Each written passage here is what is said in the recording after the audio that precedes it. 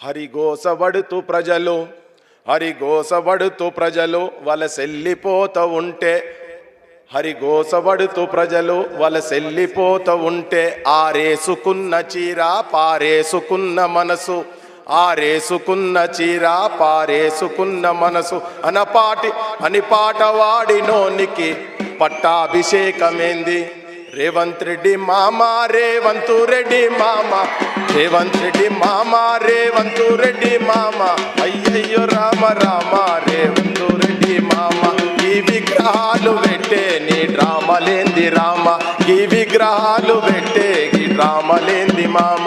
కారే బాలసుబ్రహ్మణ్యంతో బంధమేంది మామ, కా బాలసుబ్రహ్మణ్యంతో బంధమేంది రామ. నేనంతా సుట్రికం పెట్టుకున్నాడు, కడుపు మసులుతున్నది, కాలుతున్నది. కావాలనుకుంటే ఇప్పుడే పోయి దాన్ని ధ్వంసం చేస్తాం, కానీ మనం చేయొద్దు. అది ఆ గాయం గుండె నిండా ఉండాలి. తెలంగాణ జనం పెద్ద సమస్య కాదు అది, కానీ తెలంగాణ జనానికి వీళ్ళ వైఖరి తీసుకుపోయేందుకు ఇటువంటి ముద్రలు మనకు రేపు భవిష్యత్తులో పనికొస్తాయి. రేపు ఇంకా జూబ్లీహిల్స్లో పెడతారట కదా పెద్దది ఎన్టీ రామారావు విగ్రహాలు. ఇవన్నీ పెట్టి అసలు తెలంగాణ ఎవరు, తెలంగాణ చరిత్ర ఏందని చెప్పుకొని పోయేటువంటి పరిస్థితి ఉన్నది.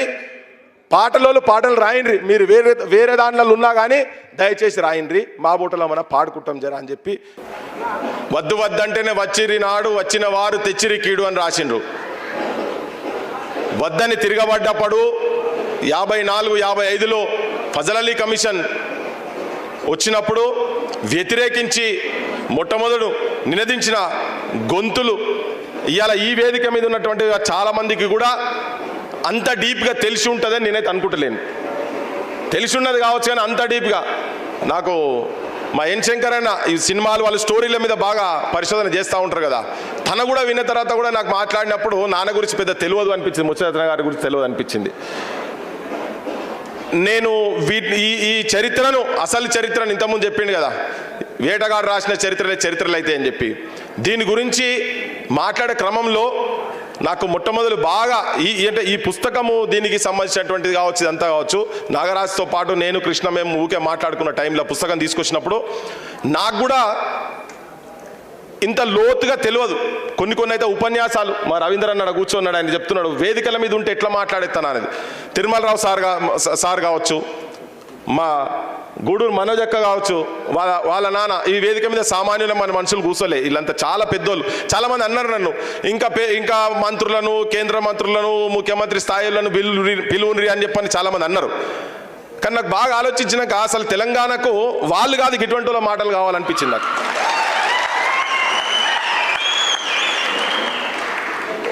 అంటే సరే నేను వాళ్ళను ఇన్సల్ట్ చేసుడు కాదు, దేనికి కాదు, కానీ అసలు ఏ ఆకాంక్షల గురించి అయితే తెలంగాణ వచ్చిందో, తెలంగాణ తీసుకొచ్చుకున్నామో, ఏ పోరాటం దేని గురించి అయితే 54-55లో కలపద్దన్నప్పుడు జరిగినటువంటి పోరాటంలో 8 మంది విద్యార్థులు చచ్చిపోయినారు. దాని తర్వాత 1968 ఉద్యమం, మాదన్న మాకి రాజన్న దేవుడా అంతకన్నా మేము అడిగేది లేదు రాని 68లో గొంతెత్తిండు. ఈ పోరాటాలు నడుస్తూనే ఉన్నాయి. 369 మందిని నిర్దాక్షిణ్యంగా కాల్చి చంపిన తర్వాత, కాల్చి చంపినటువంటి దుర్మార్గుడు కేబీఆర్ పార్క్ రూపంలో, కాసు బ్రహ్మానంద రెడ్డి పార్క్ రూపంలో ఇప్పటికీ తెలంగాణ వచ్చిన తర్వాత కూడా ఇంకా వెలిసి ఉన్నాడు అక్కడ. అదేం విగ్రహాలు అట్లనే ఉన్నాయి, అస్తిత్వం అట్లే ఉన్నది.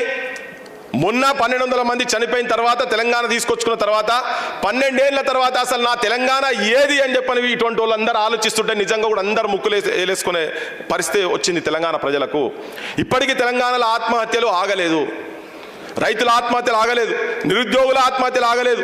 నిరుద్యోగులు నా నౌకరు నాకు కావాలి అని చెప్పి రోడ్ల మీదకి వస్తే ఒళ్ళు వలగొడుతున్నారు, కేసులు పెడుతున్నారు. మరి ఎటువంటి వాళ్ళ చేతులలో ఇవాళ రాజకీయ వ్యవస్థ ఉన్నది?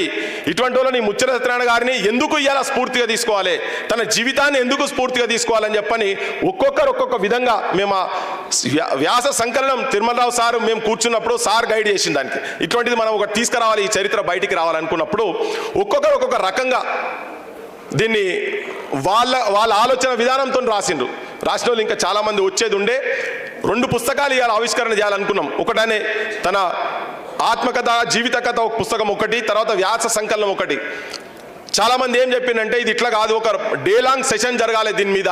తన చరిత్ర అంటేనే తెలంగాణ చరిత్ర అనేది మాకు అనిపిస్తున్నది కనుక రాసిన వాళ్ళు అట్నే రాసిండ్రు. కనుక దీనికి ఇంకా విస్తృతంగా దీని మీద చర్చ జరిగి అందరినీ చాలామందిని ఇక్కడ పిలిచి మాట్లాడిపియాలని చెప్పని అనుకున్నటువంటి సందర్భంలో ఆ పుస్తకాన్ని ఇంకొక 15-20 రోజుల్లో నెల రోజుల లోపల ఇంకా కొంతమంది కూడా ఆర్టికల్స్ రాస్తాను అనుకున్న సందర్భంలో ఆ ఒక్కటి అలా జరుగుతలేదు. ఆత్మకథ కూడా దాంట్లో వెతుకుతుంటే ఎక్కడెక్కడియో చరిత్రలు ఇవన్నీ చాలా ఇంకా కూడా ఈ పుస్తకంలో ఇంకా రావాల్సినటువంటి అంశాలు కూడా చాలా ఉన్నాయి.